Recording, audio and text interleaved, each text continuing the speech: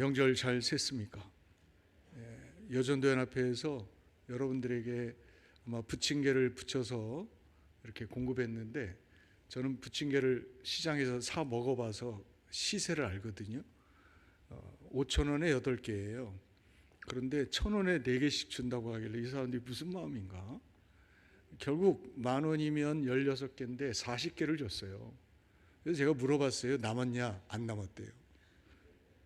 그래서 제가 생각하기를, 이분들이 처음 하면서 성도님들을 섬겼구나. 여러분들이 복 받으신 겁니다. 안 산 사람 빼고. 내년에는 아마 그렇게 안 될 것 같아요. 그렇죠? 이제 한 번의 실패를 통해서 이제는 냉기는 장사를 하지 않겠습니까?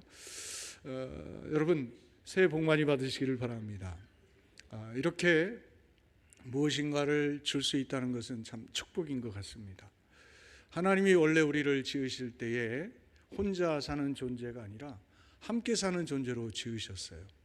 성부, 성자, 성령 하나님이 공동체로 존재하시고, 남자를 만든 이후에 남자가 독처하는 것을 좋게 여기지 않아서 그의 배필을 주셨어요. 그리고 자녀를 주셨어요. 그렇게 함으로써 함께 살아가게 하신 거죠. 그래서 인간은 사회적 동물이다라는 말을 합니다. 그런데 문제는 사회적 고립을 겪는 사람들이 있습니다. 결국 무슨 이야기죠? 어울려야 되는데 어울리지 못하는 거예요. 대부분의 경우 물론 그분이 갖고 있는 아픔이나 상처 때문에 뭔가 자신감이 없는 것일 수도 있지만, 누군가의 강함 때문에 그런 일이 이루어진다는 거예요. 이 말을 좀 더 쉽게 설명하면, 하나님이 우리에게 만들었던 그 본질은 공동체, 함께 사는 것인데 죄가 들어와요. 죄는 뭐죠? 이기심이에요. 나 중심이에요. 자기 중심이에요. 그러다 보니까 다른 사람은 어떠든 말든 나만 좋으면 되는 거예요. 그러다 보니까 누군가는 그 화살에 맞는 것입니다. 그 칼에 맞는 것입니다. 결국 이러다 보니까 이러한 부조화가 생기는 것이죠. 그렇게 따져온다면 결국 사회적 고립이라고 하는 것도 죄의 결과입니다. 이런 의미에서 본다면 우리는 이번 명절을 통해서 다시 한번 우리에게 정말 주신 하나님의 소망을 가졌으면 좋겠어요. 그것은 고립이 아니라 함께하는 것입니다. 따라서 우리가 하나님 안에서 건강하게 사시기를 바랍니다. 예수님이 말씀하셨습니다. 내가 너희를 사랑한 것 같이 너희도 내 이웃을 내 몸과 같이 사랑하라. 하나님의 사랑을 알았다면, 그리고 내 몸을 아끼는 것처럼 이웃도 사랑할 수 있어야 된다는 것이죠. 이 사랑이 우리에게 있을 때 우리는 힘 있는 그리스도인의 삶을 사는 것이고, 교회는 세상에 영향력을 주는 하나님의 거룩한 공동체가 되는 거예요. 이제 우리가 이런 마음을 가지고 올 한 해는 하나님의 사랑을 받았다면 그 사랑을 나누시는 저와 여러분 되기를 주님의 이름으로 축원드립니다. 사랑만 아니라 하나님이 나에게 축복하셔서 내게 축복이 있다면 그 축복도 나누시기를 바랍니다.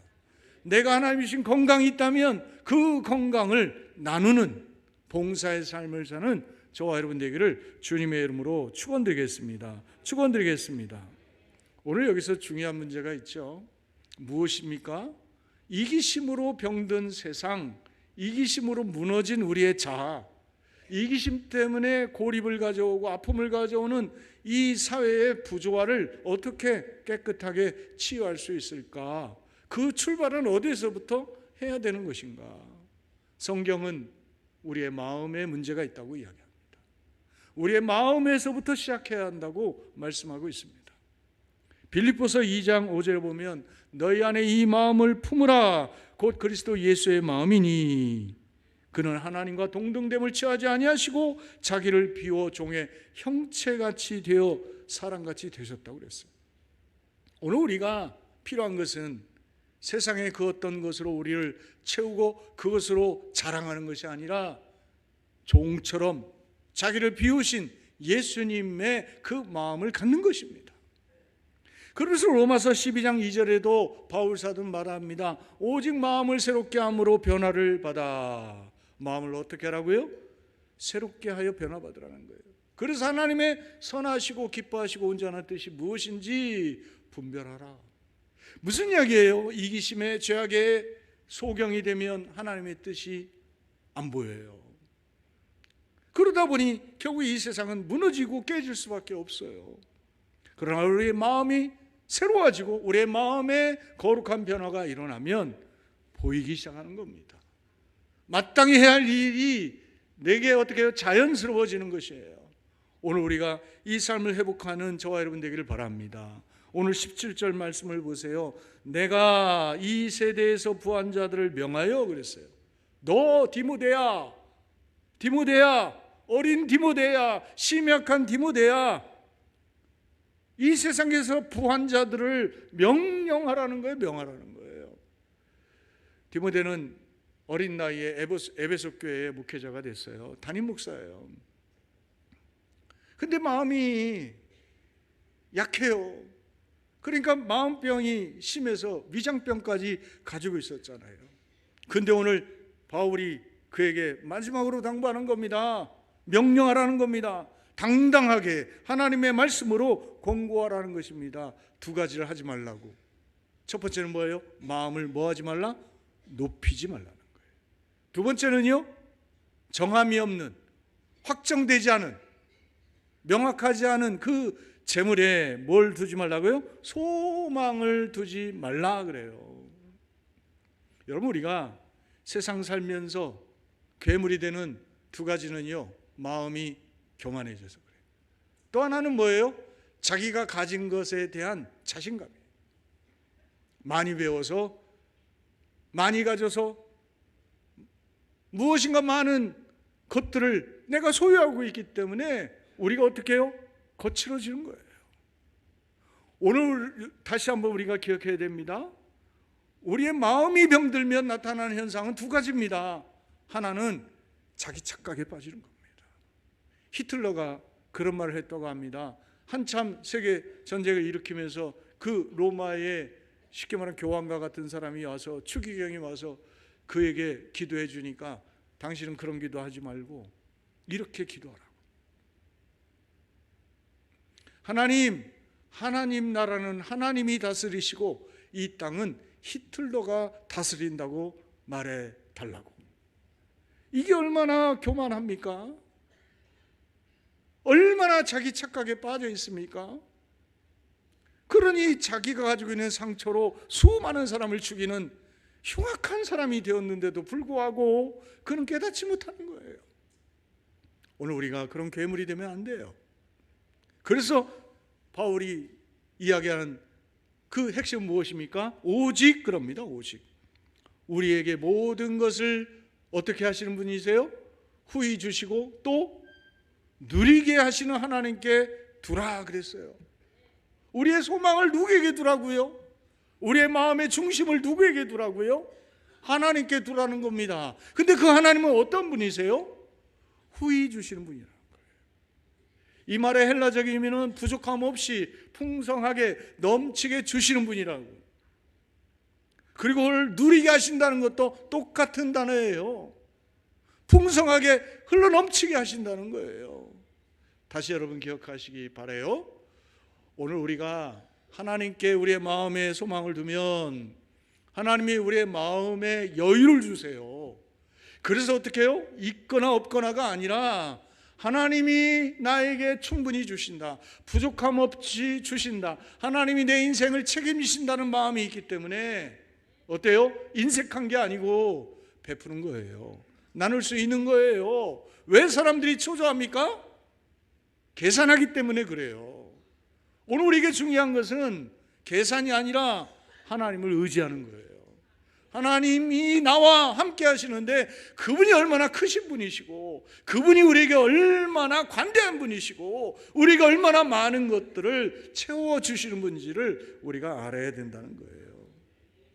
다산 정약용 선생이 이런 말을 했어요. 일의 본질을 아는 사람은 그 어떤 일에서도 정상에 설 수 있다는 거예요. 원리를 알면 그 사람은 이 일만 아니라 다른 일을 해도 성공한다는 거예요. 우리가 일승일패하는 것이 아니라 연전연승하려면 하나님의 원리를 붙잡아야 돼요. 하나님을 믿어야 된다는 거예요. 그리고 그 하나님의 뜻대로 살아가는 것에 대하여 자신감을 갖고 그것에 대하여 우리가 믿음을 가질 때 우리 안에 여유가 생기는 거예요. 사랑하는 성도 여러분, 오늘 하나님을 우리의 마음의 중심에 둠으로 세상에 부한 것들에 대한 우리의 여러분 울렁증이나 그것에 대한 우리의 조바심이 아니고 언제나 우리에게 주시고 후하게 주시고 누리게 하시는 그 하나님의 축복을 누리며 나누는 저와 여러분 되기를 주님의 이름으로 축원드립니다. 축원드립니다. 두 번째 18절 말씀을 보세요. 선을 행하고 또 뭐 하라고요? 선한 사업을 많이 하고 그랬어요. 그리고 뭐 하라고요? 나누어 주기를 어떻게 해요? 좋아하고, 그리고 마지막은 너그러운 자가 되라 그랬어요. 근데 이 네 단계가 이 논리적으로 보면 연결이 되어 있어요. 점진적 과정이에요. 첫 번째는 뭐예요? 하나님의 선하심을 맛보았다면 이제 뭐 하라? 선한 행동을 하라는 거예요. 그 무슨 이야기죠? 내 안에 하나님의 선이 들어왔어요. 그러면 내 안에서 이제 선한 행동이 시작돼야 된다는 거예요. 선한 행동이 한 알의 씨앗이었다고 한다면 30배, 60배, 100배로 많아지며 내가 선한 뭐라고 했어요? 사업을 어떻게 하라고요? 많이 한다는 거예요. 단지 착함이 아니라 선한 일을 계획하는 거예요. 선한 일을 내가 어떻게 조직화하고 체계화시켜서 어떻게 하면 선한 일을 우리가 더 효과적으로 할 수 있을까? 이러한 구상, 이러한 생각들, 이러한 비전들을 어떻게 해요? 많이 하는 거예요. 그리고 세 번째 단계는 무엇이죠? 나누어 주기를 좋아하는 거예요. 여러분, 내가요 선한 사업을 많이 하면서 어느 순간 내가 존재적으로 바뀌는 거예요. 어떤 사람이요? 나누어 주기를 좋아하는 사람. 우리 여전도연합회처럼 나누어 주는 사람. 그리고 마지막에는 어떤 사람이에요? 너그러운 자가 되는 거예요. 이 너그럽다라고 하는 것이 코이노코스라는 헬라어 말인데, 이 말은요 교통하는 사람, 흘려보내는 사람, 무엇인가를 어떻게 해요? 나누어 주는 사람이에요. 다시 한번 기억하시기 바랍니다. 하나님의 선하심을 맛보아 내 마음에 변화가 일어났다면 그것이 내 삶의 변화로 이루어지고, 그리고 나의 변화, 나의 존재론적 변화로까지 연결될 때 비로소 나는 어떤 사람? 하나님의 선한 사람이 되는 거예요. 오늘 이 변화가 우리에게 일어나기를 바라요. 그럴 수 있기를 주님의 이름으로 축원드립니다. 허태석이라는 사업가가 있어요. 이 사람은 미국에서 이렇게 사업을 해서 뭐 1천억도 벌고 대단히 성공했던 사람이에요. 그런데 상품권 시비, 뭐 특허권 시비 걸려서 다 사업을 접고 고국에 왔어요. 그런데 하는 일마다 안 돼요. 그러다가 결국은 그가 묵상을 하고 그러다가 그 안에 있는 사업의 일이 있어서 다시 사업을 시작했습니다. IMCO라고 하는 헬스케어 체인점이에요. 근데 그가 사업을 시작해서 사업이 막 일어나는데 한 가지를 발견해요. 다른 게 아니라 자기의 사업의 체인을 그 희망하는 사람들 보니까 거의 대부분이 은퇴한 퇴직자라는 거예요. 퇴직하고 퇴직금을 가지고 그래도 내가 일하면서 살아야지 하면서 온 사람들이었다는 것을 깨달은 거예요. 그래서 그가 이런 생각을 해요. 내가 인간 사랑을 실천하자. 내가 수입을 조금만 먹자. 그렇게 하면서 마진율을 줄이고 그들이 살아가게 한 거예요. 그게 성공의 비결이었던 거예요. 그러면서 그가 한 말이 있어요. 선을 행해도 벌릴 돈은 벌리더라는 거예요. 우리는 생각하는 거예요. 이렇게 가지고 내가 성공할 수 있을까? 이렇게 다 퍼주고. 그러나 실제로 보면 그렇지 않다는 거예요. 미국의 10대 과자 회사 중에, 세계적인 10대 과자 회사 중에 하나 프리토스라고 하는 기업이 있다고 합니다. 근데 이 회사는요 옥수수 칩으로 아주 미국에서 대단히, 그리고 포테이토 칩 장사로 파는데 미국의 시장의 60 내지 70%를 붙잡고 있대요. 이 과자로만 20억 불 이상의 수입을 내는 회사입니다. 근데 이 회사가 이렇게 탄탄대로로 갈 수 있는 기업 비밀이 있습니다. 그건 다른 게 아닙니다. 혹 누군가가 저 구석진 곳에서, 저 먼 곳에서 한 박스만 갖다 달라고 해도 즉각 배달해 주는 겁니다. 생각해 보세요. 거기는 필요하니까 보내달라고 하는데 한 박스 때문에 그 멀리 수송을 해야 되는 겁니다. 비가 오거나 폭풍이 불거나 악천 후에도 약속 지키기 위해서 배달하는 거라는 겁니다. 그러다 보니까 어떻게 해요? 점주들이 신뢰를 갖는 겁니다. 그래서 결국 이 기업이 성공하게 됐다는 거예요. 여기서 우리가 중요한 게 있습니다. 우리가 어떤 사람이어야 돼요? 우리가 당장의 이익이 아니라 선한 마음을 가지고 선하게 해도 결국 뭐예요? 돈은 벌리더라는 거예요. 이제 우리가 이 생각을 마음에 먹었으면 좋겠어요.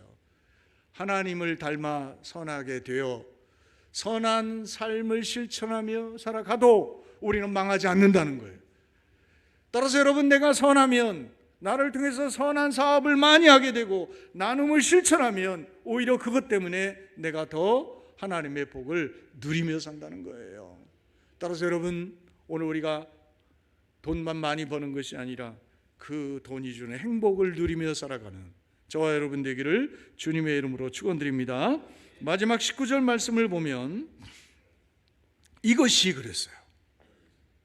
이렇게 선한 사업을 많이 하고 너그러운 자가 되어 할 수 있는 대로 나누어 주기를 좋아하는 너희들은 장래에 자기를 위하여 좋은 터를 어디에다가? 하늘에 쌓는 자요. 또 뭐예요?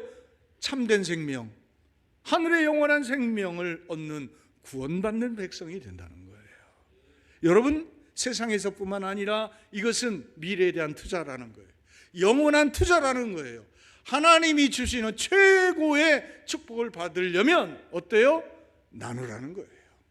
나누면서 하나님의 사랑을 실천하라는 거예요. 성령은 우리에게 감동을 주세요. 나누라고, 베풀라고. 그런데 우리는 절제를 잘해요. 너무 절제를 잘해요. 기억하시기 바랍니다. 그 기회는 또 오지 않습니다.